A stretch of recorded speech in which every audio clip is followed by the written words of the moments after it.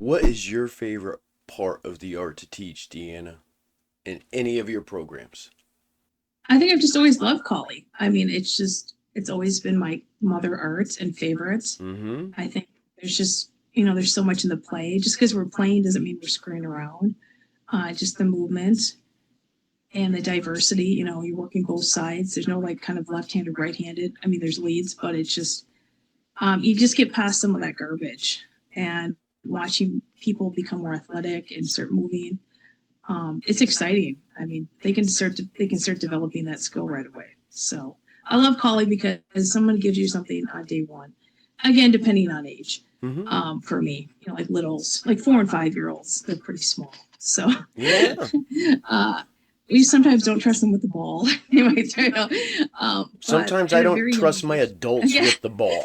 Okay, you know. they play ball. Like they play ball before class. I get to assess them to see, can they play with someone, can they bounce a ball, like can they share, can they talk.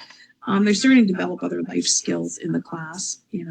My class is a little different. It's got the traditional piece, but it's got what I've gotten from maybe a training gym. We have music, we have mats, but we have uniforms. We talk during mat chat. Most schools you probably don't talk, but they train. So Mm-hmm. it's just we have a different approach. And so Collie just makes it easy. If I have to be adaptive, I can change things if something's not working. We have our curriculum, but sometimes we'll change it each year to make it better. Yeah.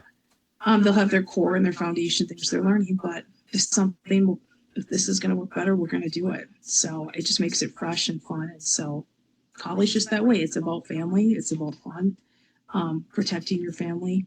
And so you're just connected that way. And that's how you connect to community. The community builds. Mm-hmm. So What I heard there, and I was telling a story the other day while teaching, just twirling two sticks in two different directions took me 3 months. And I'll never forget the first time I was in class and it actually happened. I felt like Steve Martin in The Jerk. I was like, it's really happening, guys, right? And I called out to my friends, and by the time it happened, it was over, Deanna. It wasn't happening anymore by the time they looked. But that attribute development tool, yes. yeah, that's so important. Uh, could you tell us a little bit about like mat chats and the things that you address, um, the things that come up? Matt chat's kind of a funny time because they'll just randomly tell you things like, what did they eat for lunch? What are they doing? Like sometimes we'll just have funny questions Mm-hmm. because a lot of kids don't talk. They're stuck on their phones. They don't know how to communicate. So you're teaching them how to speak up and just feel comfortable just talking to an adult or talking to their peers. Then they start raising their hands, taking turns talking, not talking over each other. They might raise their hand and then they can't remember what they're going to say, but it took them so Yeah. much courage to maybe raise their hand.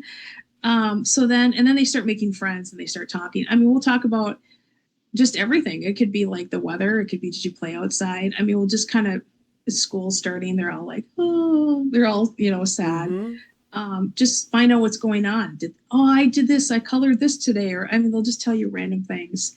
And then once the mat chat ends, it kind of moves more to martial arts. If you have a question that's outside of martial arts, you can tell me after class. It just lets them express themselves.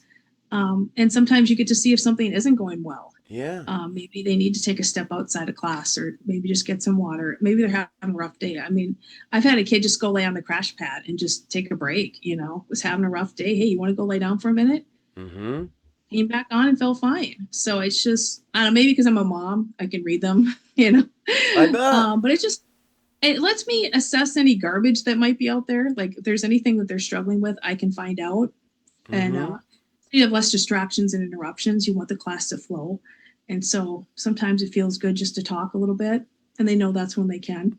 So it's, or we might cover certain things that are important, like the kick and sticks coming up. We might start talking about stuff and, or what's required. It's just a time to talk about anything. So. Do you start it off with a question to get them engaged? I'm just Yes. wondering, like the Yes. format piece, right? Right. Like, did you get outside today? Did you go outside? I mean, it could just be a very simple question. It doesn't always have to be about martial arts. No, I didn't go outside. Or did you take your bike outside? I mean, it's just getting them. I can connect on their level, just depending on age. Um, It makes them more confident too. Yeah. With their communication. Right. Could you say that a little bit louder, Miranda? That's Oh, it important. makes them more confident with their communication. Yeah. How do you see that? Well, they usually kind of perk up and tell us about their day and stuff. I just love hearing their little stories and stuff like that. Yeah.